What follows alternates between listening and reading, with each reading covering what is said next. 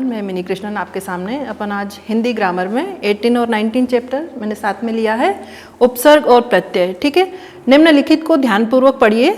जैसे एग्जाम्पल के माध्यम से बताती हूँ।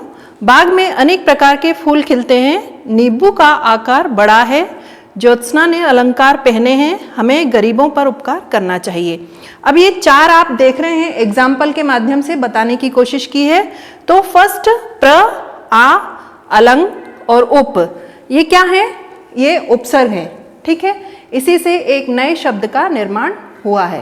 तो जैसे ऊपर दिए गए वाक्यों में कार शब्द का प्रयोग हुआ है जिसका अर्थ है करना, जैसे उपकार। ठीक है, उसका आकार, इसका लास्ट का लिया है कार, इसका अर्थ बताया है करना।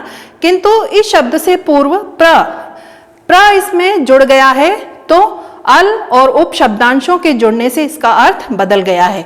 जैसे आप देख रहे हैं कि फर्स्ट दिया हुआ है बाग में अनेक प्रकार के फूल हैं। अगर अपन लास्ट का वर्ड लेते हैं तो कार है, और अगर इसमें प्र उपसर्ग जोड़ देते हैं तो ये पूरा चेंज हो जाता है। ठीक है, तो इसी तरह से बताने की कोशिश की है आपको एग्जाम्पल के माध्यम से। तो फर्स्ट इसमें उपसर्ग, मूल शब्द, नवनिर्मित शब्द और इसके अर्थ। ठीक है, अब जब उपसर्ग लिया है अपन ने, तो आप कोई सा भी वर्ड ले सकते हैं, स्टार्टिंग से इसको जोड़ना है, मीन शुरुआत में, प्रारंभ में इसका यूज होना चाहिए, अन्यथा ये गलत है। ठीक है, आप एग्जाम में दिया रहता है आपको उपसर्ग, इसके मूल शब्द बताना रहता है, और इन दोनों से मिलकर जो नवनिर्मित शब्द बनता है वह है उपसर्ग। ठीक है, अब कई बार इसका अर्थ भी पूछ लेते हैं, तो आपको अर्थ भी एक बार देख लेना है। ठीक है, ये फर्स्ट है प्र प्लस कार, नवनिर्मित शब्द बन गया प्रकार, और इसका अर्थ है प्रकार मीन्स एक तरह की किस्म। ठीक है, इसके बाद में आ प्लस कार, आकार मीन्स होता है स्वरूप। ठीक है, इसके बाद अलंग प्लस कार, अलंकार, आभूषण। इसके बाद उप प्लस कार, उपकार मीन्स भलाई, है ना। तो ये एग्जाम्पल के माध्यम से आपको ये बताने की कोशिश की है कि किस तरह से हम उपसर्ग का प्रयोग हमें कहाँ करना है, और उसका मूल शब्द कहाँ लगाना है, और उससे जो नवनिर्मित शब्द बनेगा वो किस तरह से बनेगा। ठीक है, अब इसके बाद में आता है इसकी डेफिनेशन। जो शब्दांश मूल शब्दों से पहले जुड़कर, अब मूल शब्द हैं ये, अब जो सेकेंड बार हम लिख रहे हैं वो मूल शब्द है, और जो फर्स्ट हमने लिया है वो क्या है? उपसर्ग है। ठीक है, अब जो डेफिनेशन बनती है इसकी, जो शब्दांश मूल शब्दों से पहले जुड़कर नए शब्दों की रचना करते हैं व उनके अर्थ को बदल देते हैं, उन्हें उपसर्ग कहते हैं। ये डेफिनेशन है इसकी। इसके बाद में आती है उपसर्ग की विशेषताएं। अब ये ध्यान देने जैसी है विशेषता मीन्स इसमें क्या क्या गुण होते हैं। ठीक है, फर्स्ट अपन को ध्यान देना है कि उपसर्ग सदैव मूल शब्दों से पूर्व जोड़े जाते हैं। जैसे हमने जस्ट अभी देखा कि हमेशा जो उपसर्ग का यूज करते हैं तो वो मूल शब्द से पहले जुड़ना चाहिए। ठीक है, उसका प्रयोग मूल शब्द से पहले होना चाहिए। अगर आप लास्ट में उसका प्रयोग कर रहे हैं तो वो पूर्णतः गलत है। इसके बाद में उपसर्ग के प्रयोग से मूल शब्द का अर्थ बदल जाता है या उसमें कुछ विशेषता आ जाती है। अब जैसे हमने एक शब्द जोड़ा, और जैसे आ प्लस कार, आकार, तो ये चेंज ही हो गया पूरा शब्द। ठीक है, तो उसी तरह से उपसर्ग के प्रयोग से मूल शब्द का अर्थ तो बदल जाता है और उसमें कुछ विशेषता आ जाती है। इसके बाद में थर्ड है, उपसर्ग का अपना कोई स्वतंत्र अर्थ नहीं होता। उपसर्ग का कोई स्वतंत्र अर्थ नहीं होता है, तथा इन्हें वाक्य में स्वतंत्र रूप से प्रयोग भी नहीं किया जाता है। ये दोनों बातें आपको ध्यान रखनी है कि इसका कोई स्वतंत्र अर्थ नहीं होता है, और जब इन्हें वाक्य में प्रयोग करते हैं तो स्वतंत्र रूप से ही प्रयोग नहीं किया जाता है। ठीक है, ये ध्यान रखना है। इसके बाद में आता है उपसर्ग के भेद। उपसर्ग के चार भेद होते हैं: संस्कृत के उपसर्ग, हिंदी के उपसर्ग, विदेशी भाषाओं के, और उपसर्ग की भांति प्रयोग किए जाने वाले संस्कृत के अव्यय। ठीक है, अब इसमें संस्कृत के उपसर्ग जैसे चारों तरह के अलग अलग दिए हुए हैं आपको, इसको आपको बुक की मदद से पढ़ना है और समझना है कि किस तरह से कहाँ पे किसका यूज करना है। अगर हिंदी के उपसर्ग बनेंगे तो उसमें क्या प्रयोग करना है, संस्कृत के हैं तो उसमें क्या प्रयोग करना है, उसके बाद में विदेशी और उपसर्ग की भांति प्रयोग किए जाने वाले संस्कृत के अव्यय। ठीक है, तो ये आपको ध्यान रखना है। इसके बाद में आता है, अब संस्कृत के उपसर्ग है, इसके अर्थ है और कुछ एग्जाम्पल देके बताया, तो ये आपको बुक की मदद से पढ़ना है। इसके बाद में हिंदी के उपसर्ग, इसके बाद अंग्रेजी के और फिर उर्दू के। अब उपसर्ग की भांति प्रयोग किए जाने वाले संस्कृत के अव्यय, और इसमें जो आओ पाठ दोहराए में सबसे पहले डेफिनेशन आपको अच्छे से पढ़ना है कि उपसर्ग की डेफिनेशन है क्या, कि जो शब्दांश मूल शब्दों से पहले जुड़कर नए शब्दों की रचना करते हैं उन्हें क्या कहते हैं, उपसर्ग कहते हैं। इसके बाद में उपसर्ग का अपना कोई स्वतंत्र अर्थ नहीं होता है और इन्हें वाक्यों में स्वतंत्र रूप से प्रयोग भी नहीं किया जाता है।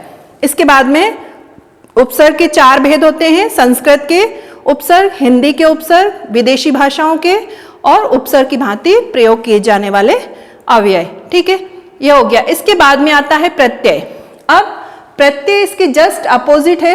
अपन इसमें उपसर्ग में क्या करते हैं, मूल शब्द को पहले शब्द, उसके बाद में मूल शब्द और उससे नवनिर्मित शब्द बनाते हैं। ठीक है, अब इसमें क्या होता है, प्रत्यय में इसके जस्ट अपोजिट होता है, इसको प्रत्यय को लास्ट में जोड़ा जाता है। देखेंगे आप, मूल शब्द है प्रत्यय और नवनिर्मित शब्द। जैसे अपन ने ता से अपन जोड़ रहे हैं कोई भी शब्द, तो मानव में अगर प्लस करते हैं ता तो क्या बन जाता है, मानवता। ठीक है, इसका मीनिंग होता है भलाई। इसी तरह से इस टाइप से बनाना है, जैसे धन वान, धनवान मीन्स अमीर, तेर आग, तेराग तैरने वाला, बड़ प्लस इया बढ़िया मीन्स बहुत अच्छा। इस टाइप से आपको बनाना है, ये दिए रहेंगे आपको और ये आपको इस टाइप से बनाने की कोशिश करना है एग्जाम में। अब ऊपर दिए गए उदाहरणों में ता, वान, आग तथा इया शब्दांश मूल शब्दों धातुओं के अंत में जुड़कर नवीन शब्दों का निर्माण कर रहे हैं तथा उनके अर्थ में भी परिवर्तन कर रहे हैं, अतः ये सभी शब्दांश प्रत्यय है।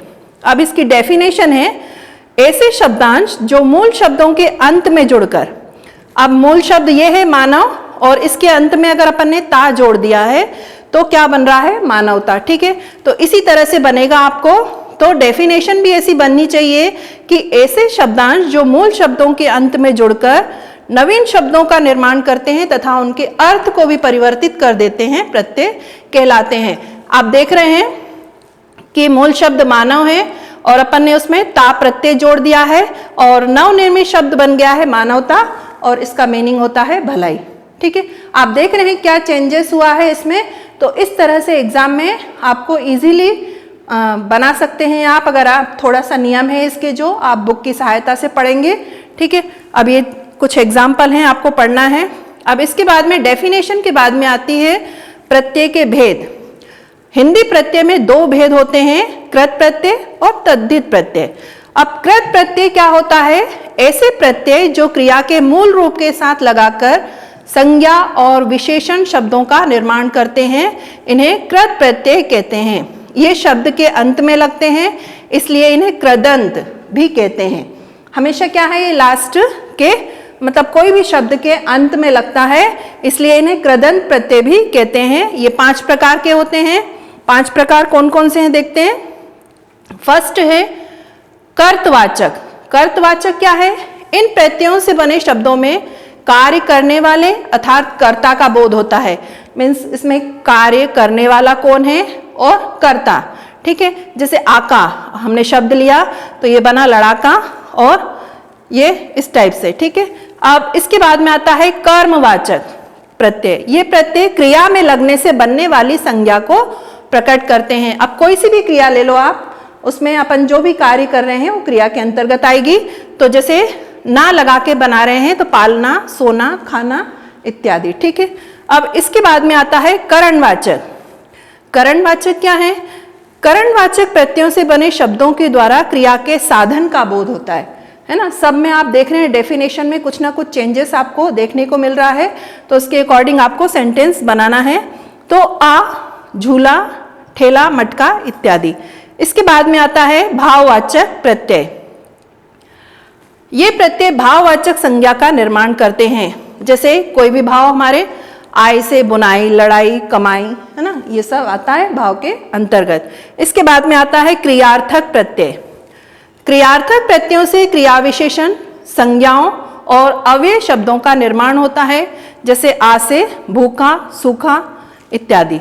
इसके बाद में कर्तवाचक तद्धित प्रत्यय। कर्तवाचक में जैसे कोई भी शब्द ले लो, ची लिया है यहाँ पे तो खजांची, मशालची इत्यादि, ठीक है। अब भाववाचक, भाववाचक क्या है? इसमें गुण, स्वभाव, धर्म आदि के सूचक होते हैं, जैसे गर्मी, सर्दी, आई से बुराई, सफाई, इमा से लालिमा, महिमा, है ना, कुछ भी बना सकते हैं आप, कोई जरूरी नहीं है कि यही बनाना है, लेकिन उसका कोई मीनिंग निकलना चाहिए। इसके बाद में संबंधवाचक तद्धित प्रत्यय। संबंधवाचक क्या है कि प्रत्यय संबंधवाचक तद्धित प्रत्यय किसी संबंध का बोध कराते हैं, जैसे जा से हमने बनाया भांजा, भतीजा, है ना, और भी हैं। इसके बाद में आता है लघुतावाचक। इन प्रत्ययों को लगाने से संज्ञा आदि शब्दों में लघुता प्रकट होती है, ठीक है। जैसे आप देख रहे हैं ई से टोकरी, रस्सी, कोठरी इत्यादि। इस टाइप से इजीली आप लोग बना पाएंगे। इसके बाद में आता है गण, गणनावाचक तद्धित प्रत्यय। अब गणना से ही समझ में आ रहा है कि ये संख्या का बोध कराते हैं, तो ये प्रत्यय संख्या का बोध कराते हैं, जैसे रा से दूसरा, तीसरा इत्यादि। अब सादृश्यवाचक तद्धित प्रत्यय। सादृश्य तद्धित प्रत्यय क्या है कि पारस्परिक समता का बोध कराते हैं, ठीक है, जैसे हरा, सुनहरा, रोपहरा इत्यादि। अब इसके बाद में आता है गुणवाचक। गुणवाचक तद्धित प्रत्यय गुणों का बोध कराते हैं, जैसे ठंडा, भूखा, प्यासा, है ना, ये दिया है शब्द आपको। इसके बाद में स्थानवाचक तद्धित प्रत्यय। स्थानवाचक स्थान का बोध कराते हैं, जैसे या से जयपुरिया, मुंबईया इत्यादि, ठीक है। अब इसके बाद में आता है स्त्रीवाचक तद्धित प्रत्यय। इन प्रत्ययों के प्रयोग से शब्द स्त्रीलिंग में परिवर्तित हो जाते हैं, जैसे आ से बाला, शिष्या इत्यादि, ठीक है। अब इसके बाद में आता है बहुवचनवाचक तद्धित प्रत्यय। बहुवचन से ही समझ में आ रहा है कि एक से अधिक, कितने का भी उसमें वर्णन हो, जैसे इन प्रत्ययों के प्रयोग से शब्द बहुवचन में बदल जाते हैं। जैसे दिया रहेगा आपको एक वचन में, या कोई ऐसा वर्ड दिया रहेगा कि वो एक वचन के अंतर्गत है, लेकिन जब हम बनाएंगे उसको तो वो बहुवचन में चेंज हो जाएगा, ठीक है। जैसे ए तो बालाएं, तो एक बच्चे के लिए नहीं, बहुत सारे बच्चों के लिए संबोधित किया गया है इसमें, क्योंकि ये बहुवचन बन गया इसलिए, ठीक है। अब इसके बाद में आता है उपसर्ग तथा प्रत्यय का एक साथ प्रयोग। अब दे दिया गया कि उपसर्ग और प्रत्यय दोनों का एक साथ प्रयोग करना है, तो आप किस टाइप से बनाएंगे उसको। जैसे आपको उपसर्ग का एक वर्ड दे दिया अब, है ना, अब मूल शब्द आपको कुछ भी जोड़ना है इसमें, इसका मीनिंग निकलना चाहिए। इसके बाद में प्रत्यय दिया है इत, तो अपमानित, अप का भी प्रयोग हो रहा है इसमें, और ये अपमानित बोल रहे हैं तो इत का भी प्रयोग हो रहा है। इस टाइप से बनाना है, आपको कंफ्यूज नहीं होना है, ठीक है। अब ये सारे दिए हुए हैं, ये बुक में है इतने सारे आपको, तो ये अच्छे से पढ़ लेना है आपको। इसी में से आपको अच्छे से, अगर आपने इसके नियम पढ़ लिए तो इजीली आप बना पाएंगे। अब इसमें सबसे पहले इसकी डेफिनेशन है प्रत्यय की, कि ऐसे शब्दांश जो मूल शब्दों के अंत में जुड़कर नवीन शब्दों का निर्माण करते हैं और उनके अर्थ में भी परिवर्तित करते हैं। जैसे हमने कोई भी शब्द बना तो लिया प्रत्यय, लेकिन उसका कोई मीनिंग भी निकलना चाहिए, अगर नहीं निकलता है तो वो गलत है, ठीक है। आपने कुछ भी अपने मन से बना लिया तो वो पूर्णतः गलत होगा। इसके बाद में प्रत्यय दो प्रकार के होते हैं, कृत प्रत्यय और तद्धित प्रत्यय। अब इसके बाद में नेक्स्ट याद रखना है आपको कि ऐसे प्रत्यय जो क्रिया के मूल रूप के साथ लगाकर संज्ञा और विशेषण शब्दों का निर्माण करते हैं, इन्हें कृत प्रत्यय कहते हैं। इसके बाद में लास्ट है ऐसे प्रत्यय जो संज्ञा, सर्वनाम, विशेषण आदि के अंत में लगकर नए शब्द बनाते हैं, उन्हें तद्धित प्रत्यय कहते हैं। तो ये सारा आपको अच्छे से शुरू से पढ़ना है। उपसर्ग और प्रत्यय जो भी आपकी इसमें डेफिनेशन बताई है मैंने, उसको पढ़ना है। इसमें कौन कौन से कितने प्रकार के होते हैं, उसके अकॉर्डिंग क्या चेंज करना है आपको, ठीक है ये। और इसके बाद एक और बात ध्यान रखना है आपको, उपसर्ग और प्रत्यय के होने के बाद में आपको शब्द भंडार में से पर्यायवाची, विलोम शब्द, मुहावरे और अनेक के लिए एक शब्द, ये आपको किताब की सहायता से पढ़ना है और इसके जो नियम मैंने बताए हैं वो अच्छे से पढ़ना है, और बाकी का आपको PDF में डाल दिया गया है, तो आप उसकी सहायता से इजीली कर पाएंगे। ठीक है, तो बच्चों ये उपसर्ग और प्रत्यय का चैप्टर हमारा यहीं पर कंप्लीट होता है। अगला अपन अगली कक्षा में कंटिन्यू करेंगे। धन्यवाद।